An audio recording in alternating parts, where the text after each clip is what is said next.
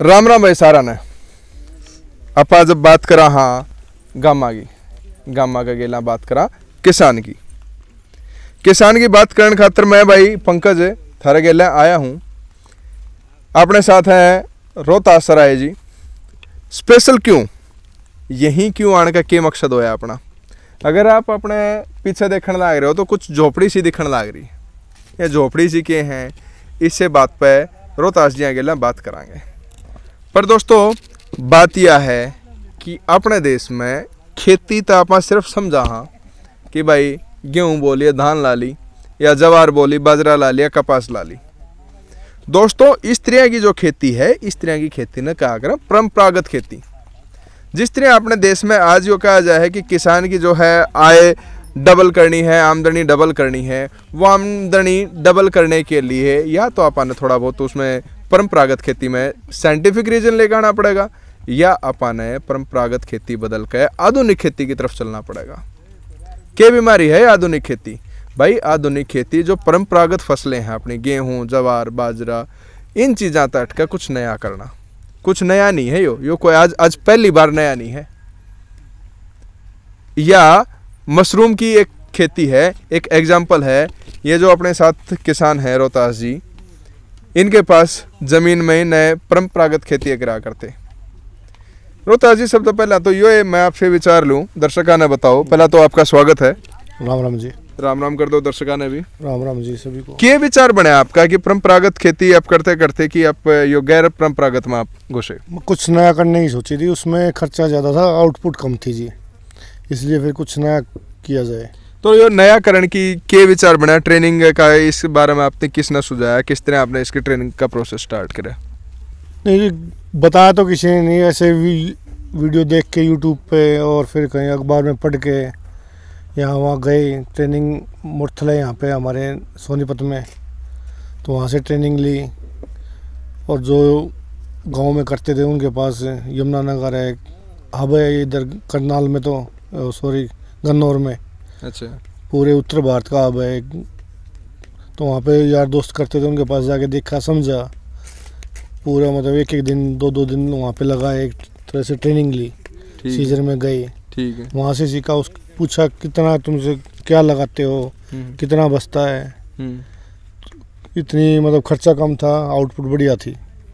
तो इस समय आप देखा जैसे आप कंपेयर करने की कोशिश करा दो फसल अगर आप लगा, जैसे ये अभी नवंबर का सीजन है, अभी अक्टूबर नवंबर का, तो आमतौर पे तो गेहूं लगाते हैं लोग। गेहूं की फसल में कितनी की लागत लगाई, क्या आउटपुट है, और इसमें कितनी की लागत लगा और क्या आउटपुट आया है? देखो जी, गेहूं में मौसम के ऊपर भी इसमें दोनों पे मौसम का डिपेंड करता है, गेहूं पे भी और इस पे भी। इसमें एक जैसे पीछे हट देख रहे हो आप, 30/60 की है मेरी। इसमें खर्चा है लगभग 80,000 से लेकर 1 लाख तक लग जाता है। एक अटका है पूरे एकड़ का? पूरे एक अटका। अच्छा।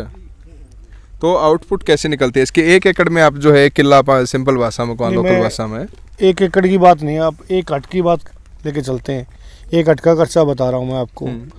80,000 से स्टार्ट हो गया, कम से कम 80,000 तो लगेंगे ही। ठीक है।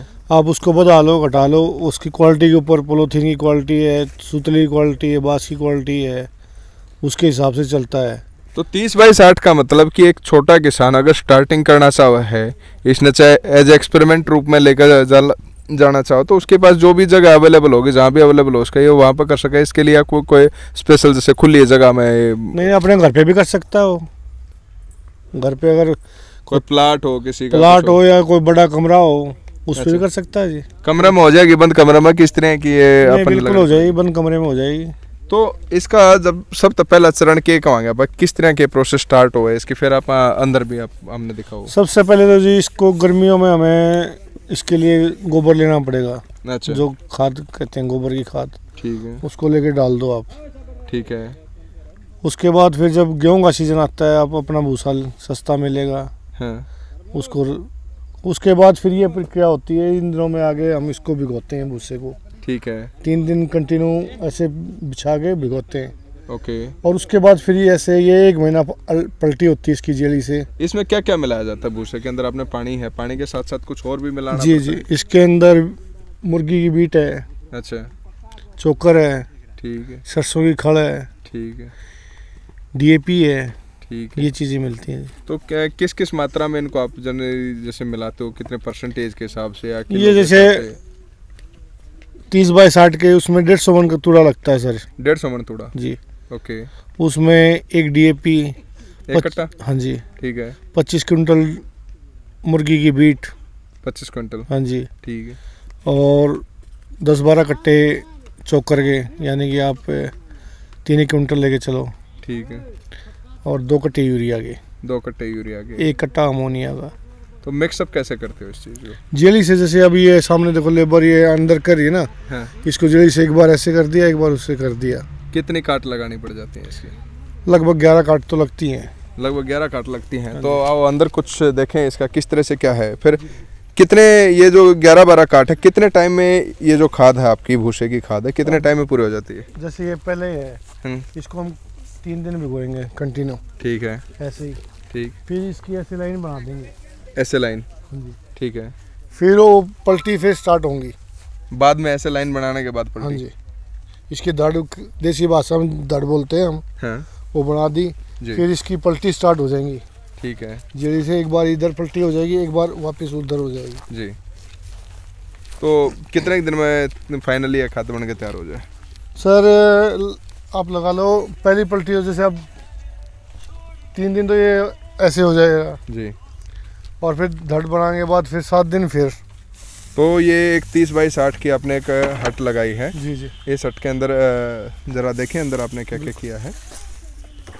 ये आपने खाद ऐसे बेडिंग जो है नीचे, जैसे पूरी प्रॉपर बेडिंग है। कैमरामैन जरा अपनी फ्लैश ऑन कर लियो भाई। अब आप बाहर का टेम्परेचर देखो और अंदर का देखो, काफ़ी अंतर है बाहर के टेम्परेचर से और अंदर के टेम्परेचर में भी। तो ये किस तरह की क्या बेडिंग है, इस तरह की है कि कितनी बेडिंग बनाते हो आप, इसकी हाइट कितनी बेडिंग बनाए? जैसे आपने 3 रखी हैं। 4 बनाई सर।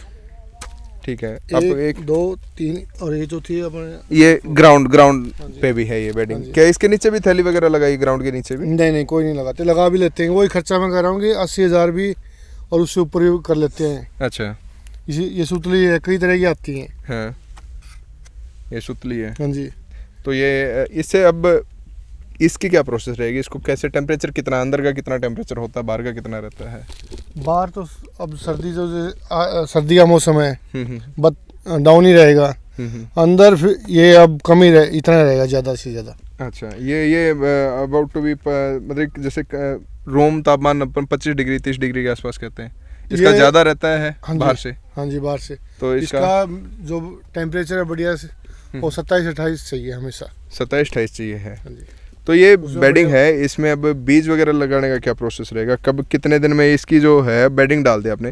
क्या इसको अभी इसके बाद भी आप खुला छोड़ोगे इसको? नहीं, इसको अब ऊपर बीज लगा के एक बार डाल दें, उसके ऊपर फिर पानी चलेगा। पानी कैसे फव्वारे से? फव्वारे से।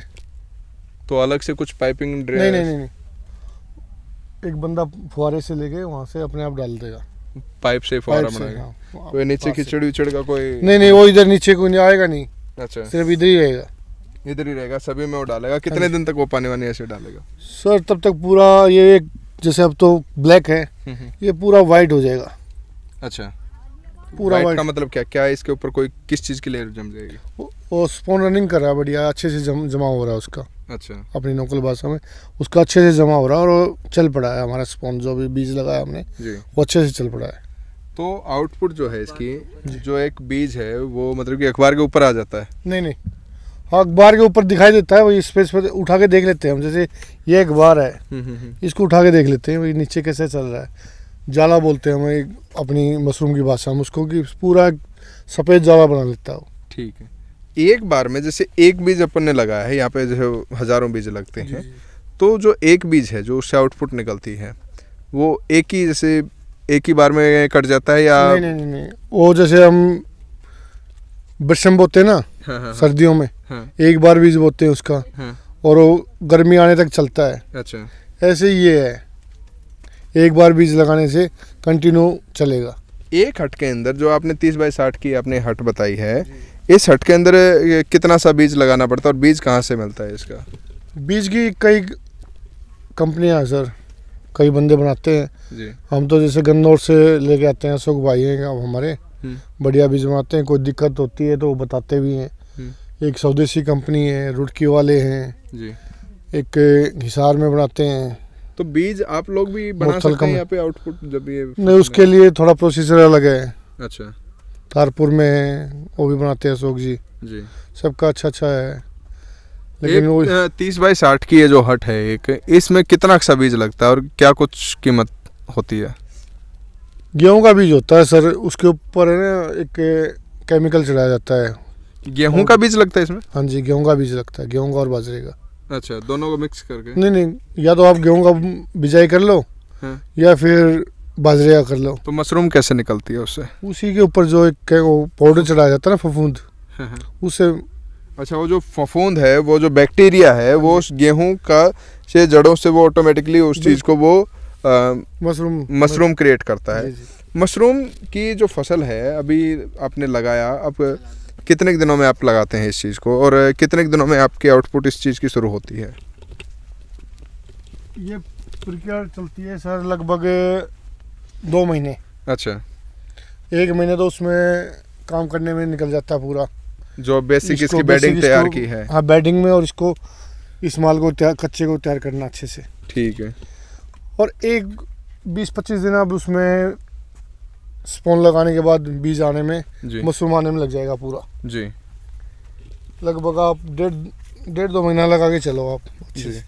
आपने ये काफ़ी लंबे 4 सेक्शन तैयार किए हैं इसके, इस तरह के आपने, ये खाली एरिया है जिसमें इसमें कल माल लगाएंगे। इसमें कल से स्टार्ट करोगे आप माल को लगाना? ये प्रक्रिया सब ऐसे चलती है नीचे से सब जी। तो ये जो फसल है, एक बार लगने के बाद, जैसे बरसम की कटाई अक्सर जो बीज मिलता है वो 1 बार कटाई वाला, 2 बार कटाई वाला, तो जो मशरूम है, मशरूम कितनी कटाई वाली फसल है, कितनी कटाई मिलती है इसकी? सर ये वही मैं बता रहा हूँ, जैसे बरसम भी सर्दी होगी, गर्मी आने के बाद ख़त्म हो जाती है, ये भी ऐसे ही है। तो तापमान जैसे जैसे बढ़ता जाएगा, जैसे मार्च एंडिंग की तरफ टेम्परेचर बढ़ता जाता है, तो फसल इसकी कम होती जाती है? जी जी। इससे पूरे, जैसे ये है 30x60 का जी, इससे हमें 25 क्विंटल मशरूम मिलेगी पूरे सीजन के अंदर? पूरे सीजन के अंदर। थोड़ा अप डाउन भी हो सकता है। अच्छा। 2 क्विंटल कम भी हो सकती है और ऊपर भी हो सकती है। प्रतिदिन के हिसाब से कहें, जब आप आउटपुट निकालते हैं, तो अगर मैं कहूँ ऑन एन एवरेज प्रतिदिन, जैसे आपने 25 क्विंटल बताया, आपने 25 क्विंटल का मतलब तकरीबन शायद 3 महीने के अराउंड में आप इसकी फसल निकालोगे? बिल्कुल। तो क्या आप प्रतिदिन के हिसाब से इसका ऐसा मान सकते हैं कि प्रतिदिन शायद 1 क्विंटल के आसपास ये आउटपुट देता हो? नहीं। प्रतिदिन कितना अक्सा निकल जाता होगा इसका? 50 से 60 किलो? 50 किलो निकल जाता है। इसकी जो मार्केट है, यहाँ से फसल आप जो लेके जाते हैं, क्या इसकी कैंची वैची से कटाई होती है? कैसे इसकी कटाई? नहीं, अभी जैसे लगाया नहीं है, अगर उसको ऐसे घुमा के, थोड़ा घुमा के निकल जाता है, और उसी के ऊपर दूसरी आ जाती है। हाँ, उसी के ऊपर दूसरी आती है। तो ये जो है, इसकी भी तो बहुत सारी किस्में होती होंगी? हाँ जी, हम तो मेनली बटर मशरूम का काम करते हैं। बटर मशरूम का? बटन जी। तो बेसिकली इसकी कितनी सी किस्में आती हैं? काफ़ी हैं सर, लेकिन यहाँ जैसे लोकल में तो अपने यही चलती है। लोकल में यही चलती है? हाँ जी। तो इसका जो कीमत है मार्केट में, कहाँ कितनी से मिल जाती है? रोज़ का अप डाउन है सर। अगर जैसे शादी का सीज़न है तो 150 रुपये भी बिकती है। ठीक है। और अगर मंदा तो 60 रुपये भी चली जाती है, 80 भी। ऑन एवरेज ये 90 रुपये, ऑन एन एवरेज 90 रुपये के आसपास ये। हाँ, पूरे सीजन का? पूरे सीजन में ऑन एन एवरेज 90 से 100 रुपये के आसपास रहती है। तो एक ये 30x60 का है, इसकी टोटल अपन कमाई देखें, लागत कितनी सी टोटल पड़ेगी और टोटल कमाई कितनी सी पड़ेगी? बताया आपका, इसमें लेबर भी आ गई जी, बांस भी आ गई, स्पोन भी आ गया जी, और जो भूसा है वो भी आ गया जी। 80,000 से लेकर 1 लाख तक आउटपुट कितनी निकल जाती है एक सीजन के अंदर? अब ये बताया 25 क्विंटल को 90 से गुना कर लो जी। वैसे तो 100 की लगा के चलते हैं, 100 की कर लो तो 2.5 लाख की होगी। ठीक है। तो लेकिन आप उसको भी छोड़ो, 90 से कर लो, तो ऑलमोस्ट जितनी जो आपने लागत लगाई है उससे ये डबल आपको आउटपुट देता है हर बार। हाँ जी। तो अगर गेहूं की फसल जैसे देखते हैं, गेहूं की फसल में लागत से कितने गुना आउटपुट निकलती है? नहीं सर, वो फिर इसमें वो दिक्कत वो भी तो रहती ना जी। एक तो ज्ञान होना चाहिए पूरा जी। और फिर अगर जैसे आप आए हो, कोई भी बंदा आएगा इसके अंदर, किसी को आना नहीं, गेहूँ तो खुले में हो जाएगा, कोई दिक्कत नहीं है जी। अब बंदे आते हैं, वही दिखाओ कैसे क्या है, वो बैक्टीरिया साथ में लेके आते हैं, तो पूरा मेरा अच्छे से चल रहा है जी। तो ये सारा एक ही दम बैठना है, बैक्टीरिया फ्री ये चलता है बिल्कुल। क्या जैसे बाकी फसलों के ऊपर अपन वो स्प्रे करते हैं, आज ये स्प्रे, आज उस बीमारी का स्प्रे, क्या इसके ऊपर भी ऐसे कुछ स्प्रे वगैरह करना पड़ता है? नहीं, इतना नहीं होगा। अच्छा, फिर भी किस बीमारी के लिए, इसमें भी बीमारियां बनती हैं क्या? बिल्कुल बीमारियां बनती है, इसमें एक लड्डू आता है। अच्छा, रेड मोल्ट आ जाता है, गर्मी ज़्यादा टेम्परेचर होता है, रेड मोल्ट, येलो मोल्ट है, ग्रीन मोल्ट है, ये 2-3 मोल्ट आ जाते हैं, सारा का सारा बेड खाली हो जाता है, फिर कुछ नहीं, आउटपुट 1 पैसे की भी नहीं आएगी। तो उससे बचाव के लिए क्या तरीके करते हैं आप लोग? बाहर से किसी को, कोई बंदा आता है, सीधे डायरेक्ट फार्म में मत आने दो किसी को भी। इसकी ट्रेनिंग के लिए अगर जो अभी दर्शक हमारे देख रहे हैं, इसकी ट्रेनिंग के लिए अगर वो कांटेक्ट करें तो इंस्टीट्यूट कौन सा रहेगा और ट्रेनिंग प्रोसेस कितने दिन का रहेगा वहाँ पे? सर मुरथल में है ट्रेनिंग। मुरथल में कौन सा है ट्रेनिंग इंस्टीट्यूट? सरकारी है वहाँ पर, छोटू राम का। फीस कितनी लगती है? कोई फीस नहीं है और रहना खाना 3 दिन का उन्हीं का फ्री है। तो टोटल 3 दिन वो पूरा इस चीज़ को सिखाते हैं? हाँ जी, 3 दिन। क्या सरकार इसके लिए कुछ लोन वगैरह की भी सुविधा देती है क्या? सब्सिडी देती है सर। किस चीज़ में सब्सिडी देगी? ये जैसे हम हट लगाते हैं जी, उसमें जनरल के तो 9,000 रुपये हैं, SC/BC के 25,000 रुपये हैं। अच्छा, लेकिन वो फिर बीच में खा लेते हैं। बीच में ही खा लेते हैं। हाँ। ये बड़ा तगड़ा। मैं आपका पास करूँगा ये है, अब जैसे मैंने इतने लगाए, कहते कि सिर्फ एक बंदे के एक ही पास करेंगे हट। हाँ। अच्छा, तो बाकी किसके नाम करवाएंगे फिर? सही बात है, ये तो एक गंभीर इशू है। वैसे कह रहे हैं कि उस खेती को छोड़ो, परंपरागत को कुछ अपनाओ अलग से, फिर सब्सिडी दे रहे तो इसको पूरी, मैं कोई 2 नंबर का काम थोड़ी कर रहा हूँ। सही बात है। और फिर ऐसा ही मैं जमींदार तो मैं भी हूँ, जो दलित भाई हैं वो भी जमींदार ही हैं, उनको यहाँ पे फर्क करिए सरकार। हमको तो 9,000 रुपये दे रही है, उनको 25,000 रुपये दे रही है। सही बात है। अंत में जो अपने दर्शक देख रहे हैं, परंपरागत खेती और गैर परंपरागत खेती के बारे में क्या संदेश देना चाहेंगे उनको जरा? भैया मैं तो ये कहूँगा कि अगर इस खेती को करते बहुत फ़ायदे का सौदा है। मैं गेहूँ की भी करता हूँ, गन्ने की भी करता हूँ जी, धान की भी, और फिर सब्जी भी उगा लेता हूँ, और MA मैंने किया हुआ है जी, नौकरी भी की है जी। लेकिन मैं वहाँ पे दूसरे का नीचे रहता है, मेरे नीचे 15-20 बंदे काम करते हैं, ये मैं दूसरे को रोजगार दे रहा हूँ।